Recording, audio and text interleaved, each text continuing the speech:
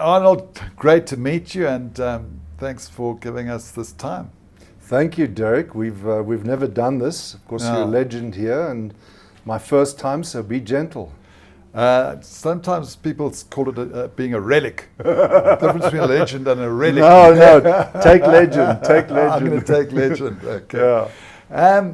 Arnold, it was your parents who really set the stage for you, if I can put it like that. Yeah.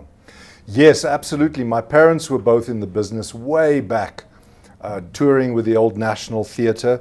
And then my father started a movie company in the sense that he would have a caravan and a DKV station wagon, put the family in the caravan, and they'd go to little towns and show the Jamie Ace movie, or there was some animal movies at the time that were popular, sort of like a short and then a feature. They'd show that in the town hall or the church. But I do remember being very young when they ran a drive-in theatre in Uitenhage, sitting in the car with a little spaniel that we had in my pajamas, watching the first show at like 6 o'clock or something, right next to the projection booth. So something must have happened there that planted the seed. I always wonder what I would have done had they not been actors. Well, you would have been a great rugby player like myself, because you were also in a D team, were you, at school? Yes, no, I was the worst. I was enthusiastic, but didn't have the skills, yeah. And you and your little gang, shaved your heads one night? Yes. I remember we were going on a tour, and I was like the last guy they picked, because somebody else got sick. They were like, okay, who can we pick for like the D team that's got to come as a backup? And they're like, oh, Vosloo, yeah, let him come. Anyway, and then I rallied everybody, and I was like, all right, we're going on tour to this, wherever we were going, the rival guys. So let's all shave our heads, so when we show up there, we can look the part. Because I knew I couldn't play well, but I knew I could look intimidating. So we shaved our heads, and off we went on our little tour. What do you remember of your early films in South Africa? There was, of course, Boetie Gaan Border 2 and many others. Filming in South Africa has just always been such a delight for me. It's I can't explain it. I just get such jazz out of it, being on set with the crew, and you building something together, that I intrinsically understand because I am South African. And it's just different. I've never spoken to other South African actors in Hollywood or in Europe, but it's just different when you're on a set there kind of doing this thing. It's just not the same as working in South Africa. So I was lucky enough to start working early here in my early 20s, and had good mentors and directors and people like Richard van der Berg and Philo Pieterse and all those guys who showed me the ropes, and the late Bill Flynn and Paul Slabolepsky, I worked with them. Saturday Night at the Palace when I was 22, so it was just great to have all those guys. Richard Haynes, the late Richard Haynes, just fantastic people that were around me and encouraged me, because I didn't know what the hell I was doing, but I bust my way through it, and they were like, no, just stick around, and hopefully it'll happen for you. And Boetie must seem like a world away now, eh? Yes, Boetie Gaan Border 2. I haven't seen the film in a while. I would love to actually see it on the big screen, get some popcorn and sit there and watch it with an audience again. It's, that's 40 years ago, yeah. You met your first wife, Nancy, here in South Africa. Was that one of the elements that got you overseas to Hollywood? Yes, I met her here on a film we shot in Swakopmund in South Africa.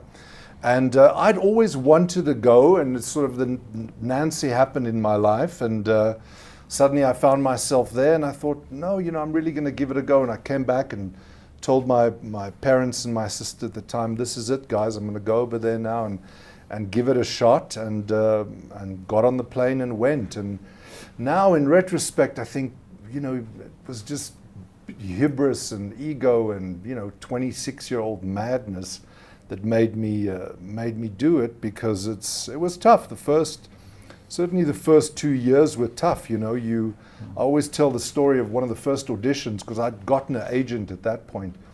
But one of the first auditions that I went on, there were like 500 guys, around the block in a line. And 4 of them look like me. So, like, what makes you think you're going to get this job, you know? But you get in line and you stand there and you're like...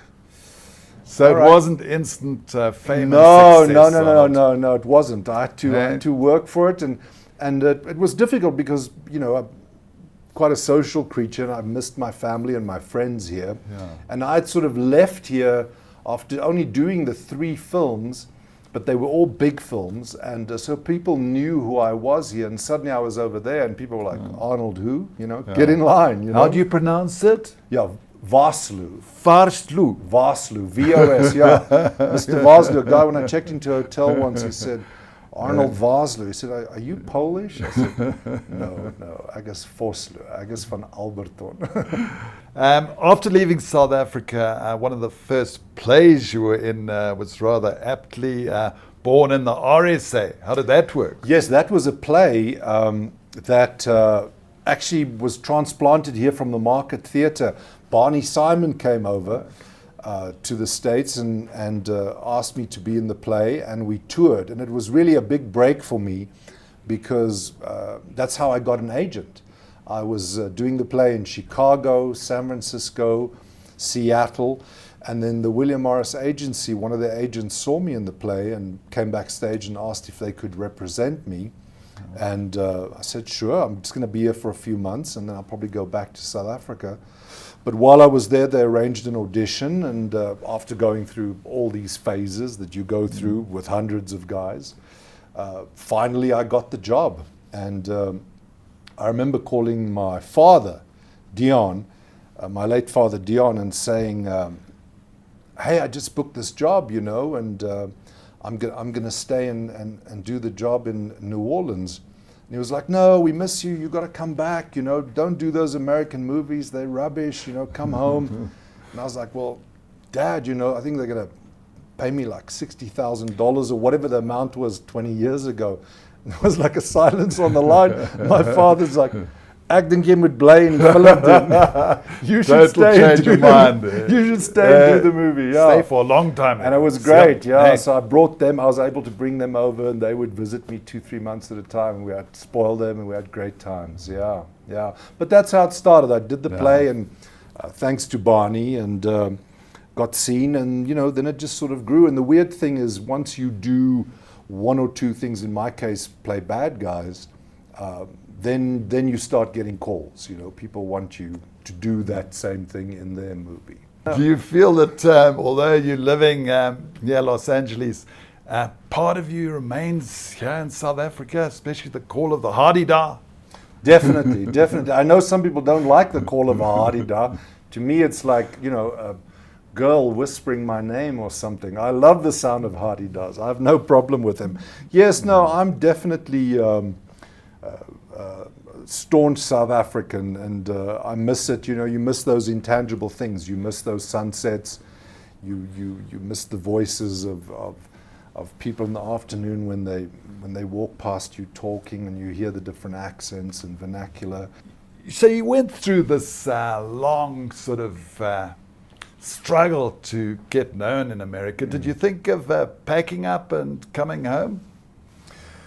You know, when I was working in America, and there were bleak days where I just didn't have anything, you know, no job for the 3 months, I would sometimes think about coming back, but then something, and I don't know what it is, once again it's ego or madness, where you just sort of say, no, the hell with it, you know, I'm gonna spit in their faces, I'm gonna vanquish them, you know, I'm gonna do this, I'm gonna get this So you had gig. a determination. Definitely, yeah, no, I definitely. From your parents? I think from my parents, yeah. I think from my parents I had this mad determination to do well there.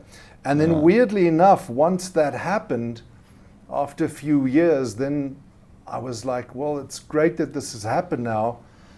Now what do you really want to do? And I was like, I really want to go back to South Africa and work on South African productions. So it's like I had to leave in order to come back. It's very weird, you know, but that's how it's worked out. It's called a bose kringloop. Yeah. Full circle. A bose kringloop. I like that, yeah. Well, it's good Zimbabwe Afrikaans, isn't it? Okay, Yeah. all right. I'm from Zim. Now, you've had many, of course, dramatic roles, but is it fair to say that the Mummy films were your first real commercial success? Yes, the Mummy films were huge. They were my first commercial success. The one I did prior to the Mummy was a film called Hard Target, and I was lucky to get cast in that because the director of that film was a Chinese director called John Woo, who was a cult director at that time. And everybody in Hollywood wanted to see his first American or first Hollywood movie. He'd done films in Hong Kong. So everybody came to see that movie and of course saw me. And the same producers that did the Mummy movies. And that's how I met Steve Summers, who ended up doing. But the Mummy movies were so big. I mean, even to this day, it's amazing to me how popular and how big those two films were. Did they set you up financially? Yes, absolutely. They set me up financially. Unlike the South African actors here, we have the Screen Actors Guild in America, which is a really good. I'm definitely a staunch union man because they take care of you, and you share in the profits down the line. Once films make their money back, you share in the profits. And those two Mummy movies made over $1.2 billion. And even to this day, I mean, this is 20-something years ago now, 23 years ago, 1999 we shot those, the first one. I'll be in a mall, I'll be somewhere with my sister having a coffee or something, and some mother or father would come over to me and say, "Are you the Mummy?" And I'd say, "Yes." And then they'd say, "I'm so sick of your face. I see that movie 4 times a weekend. My kids watch it. They're aged 8 and 11. They put it in the DVD. They watch it over and over and over, and I'm sick of your face." I say, "Thank you, sir. It means I'm going to get a check from Screen Actors Guild." So you still get a check in the post, Yes, which in South Africa can take probably 2 or 3 years. No. The mail service is good in the States, and I get checks there regularly. Arnold, you've acted with many of the greats, Al Pacino, Kiefer Sutherland. Who are some of the actors that you really look up to in the craft? I was very lucky to get cast opposite Al Pacino on Broadway in the Oscar Wilde play Salome. And it was an experience I'll never forget. It was amazing because it sounds so pretentious when I say Al, but he really is Al. Call me Al. Alphonse. Yeah, his real name is Alphonse. But he's like, "Call me Al. Hey, call me Al." He's got this great New York accent. And but he's such a consummate professional, and he's really an actor's actor in the sense that he would rather rehearse for 6 months and then do the play for like 2 weeks and then close the production and then go back and rehearse 2 months and fix little things or tweak things. And it was just fascinating to watch him work. And I remember in rehearsal he would do things, he would not get out of character, he'd still be in character, but he wouldn't say the lines as written. He'd look at somebody and you could see him thinking like, who's this person? In fact, one night on stage, is the only night he did it, I'll never forget this. We were all on stage and I played John the Baptist. I was in chains and stuff, and he was holding court. He was King Herod, and at some point during the play he says, "Bring me ripe fruits." And then this concubine, this girl, comes in scantily clad with a tray of fruits, and she puts it down. Now, we've been doing this for 2 months, but that night she put the tray down, and as she walked away, he just grabbed her arm, and he looked at her and he says, "Who are you?" Like he was so into it that he was like, "Who's this person that just brought me food? Is she going to poison me? Do I trust her?" And all of us, because we've been doing that moment happened, we're like, "What's happening? What is happening?" But it was amazing. His eyes changed. He was just so into the moment. I remember talking to him afterwards. I said, "What did you do? You stopped that girl." And luckily, the actress that played the Queen, she recovered. She was like, "You know who she is. You can go." But he says, "I don't remember." He didn't remember it at all, So just watching him work and the rehearsal process was amazing. He would have me come to his dressing room when it was the half-hour call, because I had a long black wig and a beard, and I was in a loincloth. I was sort of painted white so I could look emaciated. And then his bodyguards would come call me and they'd say, Al wants to see you. And I'd go and I'd just stand at the back, and he would be sitting, he would be looking in a mirror while his makeup artist is doing his makeup. And then he would just look at me, and I'd be standing back here.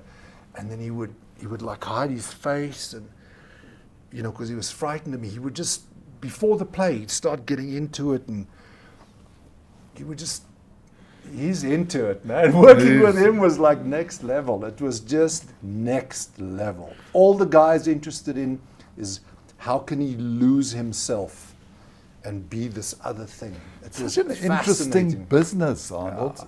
I mean, are a lot of these actors intimidating in their own way, or you must hold your own, eh? Yes, I hold my own, and you know, the funny thing is the really talented ones, the people like Al Pacino. I was lucky enough to work with Gerard Depardieu. Those guys are really, you know, what's die woord? Hulle is menslik, you know, they're mensch, Yeah. you know, they're good guys. They're guys you want to get drunk with, or hang out with, or laugh with, And they'll help you. And they'll help you. They want Yeah. you to do well. Yeah. But the ones that perhaps aren't so talented or there for the wrong reasons, they can sometimes get weird, you know. But you quickly learn that, and I would do this thing if I heard somebody didn't have a good reputation. I would insist when I got on set with the ADs, I'd say, take me to their trailer and knock on the door. I want to meet them, you know. So they'd knock on the door, and I would just full on walk into the guy's trailer, take over his space and say, hi, how's it? I'm Arnold Vosloo. I'm playing the bad guy in this. I hope we have a good shoot. See you. And I'd walk out. And then they would never screw with you again. You know, be like, oh yeah, Arnold. Oh yeah, he's great. Oh.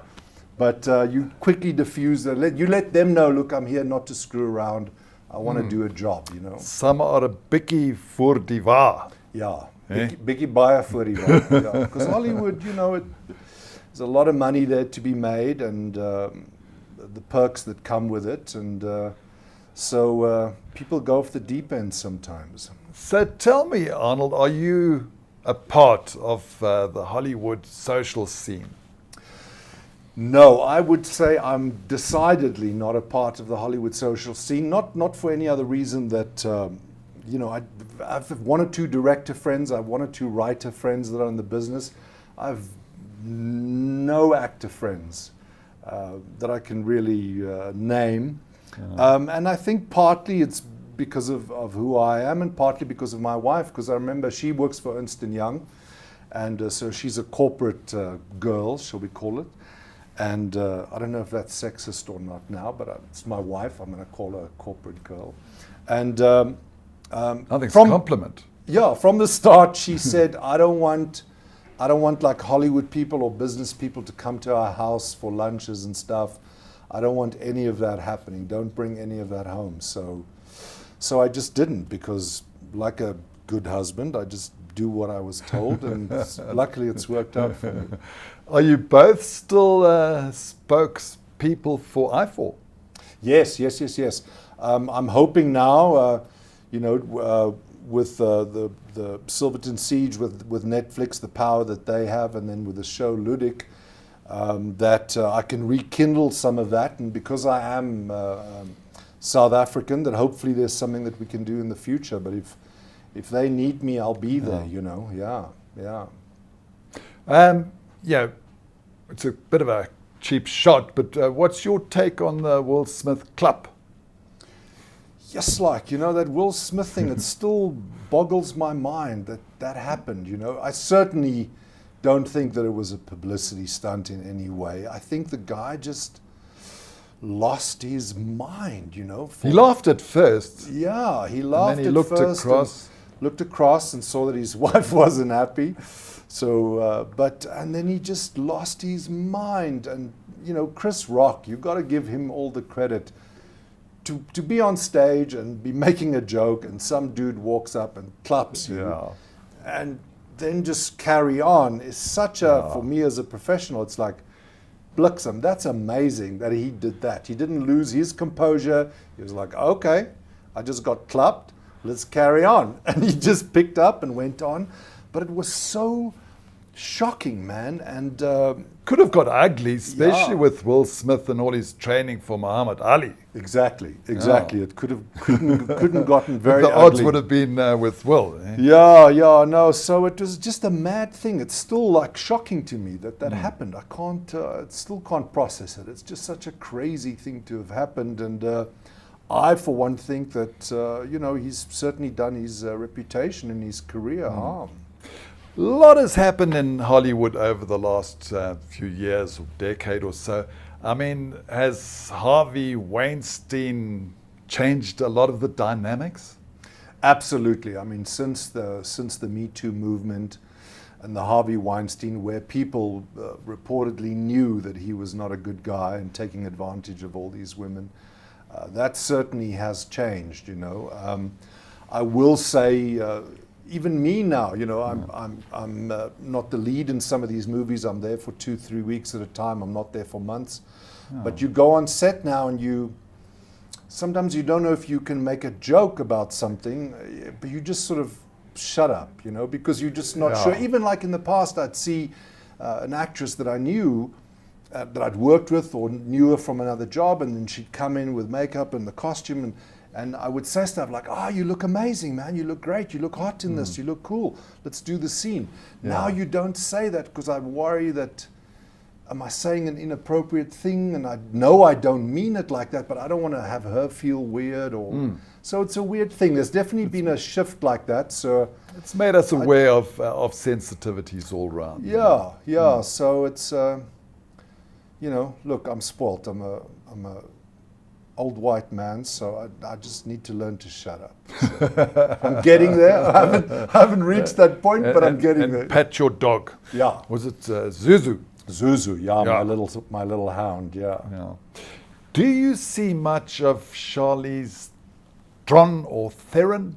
Charlize Theron. Nee, ek sien haar glad nie. I don't see her. I saw her when she got there in the early years. I saw a couple of times, but then of course things blew up for her, and I then met my wife as well, and so But you have been the trailblazers in a way, haven't you? Yeah, I suppose so. There was 1 or 2 guys that went out before me, but the weird thing now, Derek, is that actors here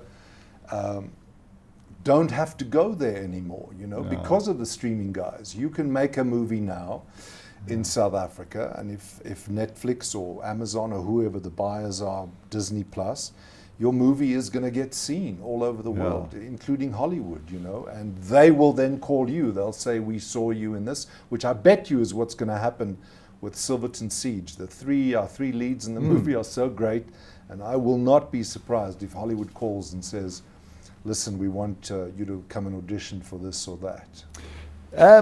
You've returned on numerous occasions to make South African type movies like Blood Diamond and Forgiveness. Do you find that something special? I do. I always say that when I get those South African scripts, my heart beats faster. I'm like, I hope this is good, because I want to say yes and I want to come back. Obviously, the budgets are small here. You don't get paid what you get paid in America, but it's not about that. I always say to the guys, I'm here for the script and I'm here for the material. And that's what happened with Silverton Siege. They sent me the script and I loved it. The part of Captain Langerman, this policeman. And then there was... Do you praat Engels of Afrikaans? Ek heeltemal tweetalig. Ek praat Engels en Afrikaans in die film. And then I had a Zoom call with Mandla Dube, our director, and the producers, Walter Ez and Bonnie, the casting director. And the Zoom call was sort of set up for them to see if they wanted me in the movie. And man, I loved the script. And I was on the Zoom call. I was like, are you Oaks are making this movie? You are hiring me. I didn't give them a chance. I was like, I'm doing this. I'm coming back. You've got to say yes now. I don't want to be left hanging. I want to do this movie. Let's go. I guess it all just seems more real. It does. I can't explain it, but when I'm on a movie set here, I feel like I'm building something with everybody, with camera, with the lighting guys, with the sound guys, with wardrobe, makeup. We're all building something together, and we hope it's going to be beautiful and perfect and artistic and wonderful and inspire people. But when I make a movie here, I have that sense, and I don't have that sense when I'm doing a job in the States or Germany or wherever I am in the world. When you work on the international stuff, I really just have a sense of, building something together. It's like you almost want to, I shouldn't talk about politics, but you want to say to the government, come and spend 30 days on a movie set and you will see how we build things together and make something of it, you know. So when you come back here, Arnold, what makes you feel good about being back? Everything. Apart from the hardy-da. Apart from the hardy-da. Man, everything. There's the intangibles, you know, there's the sunsets, those things that just take your breath away. And then just walking. One of the cool things about COVID, and it's the only cool thing for a guy like me that's got a known face, is when you put a mask on and a hat, nobody recognizes you, right? So it's so great to like walk through the mall and you hear people skinnering or talking or, you know, what is this? Or look at the price of this. And it's just great to hear this South African. Unless they're skinnering about you, then you'll probably chip in. No, they're not skinnering. They don't recognize me, so there's no chance. But yeah, just being here. And you know, your favorite foods and braaiing and stony ginger beer and bar ones and all those things. What disappoints you when you look back at what has happened in South Africa over the last couple of decades? What disappoints me is that you feel that there's ample money, there's ample resources, but that it's just not being allocated in the right way, and that there's massive corruption and theft and that stuff. And you just think, you know, people like with Silverton Siege, these 3 men lost their lives. They were 25, 26, 27 years old, clothes on their back with an AK-47, fighting the state. And they all died that day in 1980. And for Oaks just to steal at random, you know, just breaks your heart. That's the thing that's the most disappointing. There are resources in this country. There is money in this country. We can build things together, you know. And when that doesn't happen, it's just guts you. Arnold, you keep up with the news and the sport and, of course, the corruption scandals in South Africa when you're sitting in Santa Monica? Mm-hmm. Yes, I do. I read News 24, I read the Sowetan, and I read Daily Maverick, which I'm a member of, and Vrye Weekblad, which comes out once a week. So I told you I'm a bookworm, so I tend to read a lot, so I know what's happening, And you watch Carte Blanche every Sunday. I watch Carte Blanche every Sunday. No, of course, there we don't get it. But it's such a staple. And I know my mom is going to be exceedingly proud of me because I'm finally on Carte Blanche. I finally made it. After 30 years, 40 years in the business, ek is op Carte Blanche. And it's great to be with your mother and sister. Yes, it's great. It's great to be back and see everybody and all the neighbors in Alberton. I matriculated there, so people will stop at random, you know, ring my sister's bell and give me biltong, like, hey, welcome back, and stuff like that. So it's really cool. And you've even had starring roles in video games. Yes. There was, I know early, maybe 15, 18 years ago, I did a couple of video games and you know, all the animation stuff for that. So I'm willing and able to show up. If the writing's good, you show up. That's the king. The script is king. Whether it's a video game or a play or a movie, that doesn't matter. If the script is good, you show up. One of the statements you are supposed to have made is that given your life over again, you wouldn't have gone overseas. Is that true? That is true. I think, well, you know, it's hindsight, you know, it's a benefit of hindsight. And maybe because I went and had some form of success, now it's easy for me to say, well, you know, I wouldn't go again. But I think, especially now with the streaming guys in South Africa, I know there's no reason to go now. But part of you, you know, because you do give up stuff. You lose something by going. But it's what happened. I can't change it. But I don't know. Well, with the success you've had, you can hardly complain. No, look, I'm not complaining. All I'm saying is if you're 18 or 17 or 14 and you want to be in the entertainment business, you don't have to go to Hollywood. You don't have to. You can write something beautiful here, shoot it on your iPhone, sell it to Netflix or Amazon or Disney Plus, and the whole world will see it. And Hollywood will call you. I'm sure you've still got a couple of decades at least of filmmaking and plays ahead of you. But could you see yourself settling back in South Africa? Absolutely. I would love to spend 6-7 months of the year in South Africa. And then when it starts getting cold in May or June, then book a ticket. So you are a Soti, eh? Yeah, no. May or June, then, May, June, July, August, then go Northern Hemisphere and cruise around there and then come back in October. But weirdly enough, I was talking to somebody on set about this the other day. I've always had a thing of wanting to retire when I'm 65. I turned 60 this year.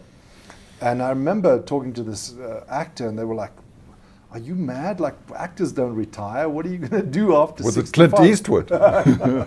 And but we'll see. We'll see when I get there. But hopefully, I'll have a good run the next 5 years and be able to do 1 or 2 South African films a year, which I'm passionate about, and then sort of just go quietly into that good night, It's been great to chat to you, Arnold, and super to have you back on home soil, eh? Lekker man. Dankie. Baie dankie, eh? Baie dankie.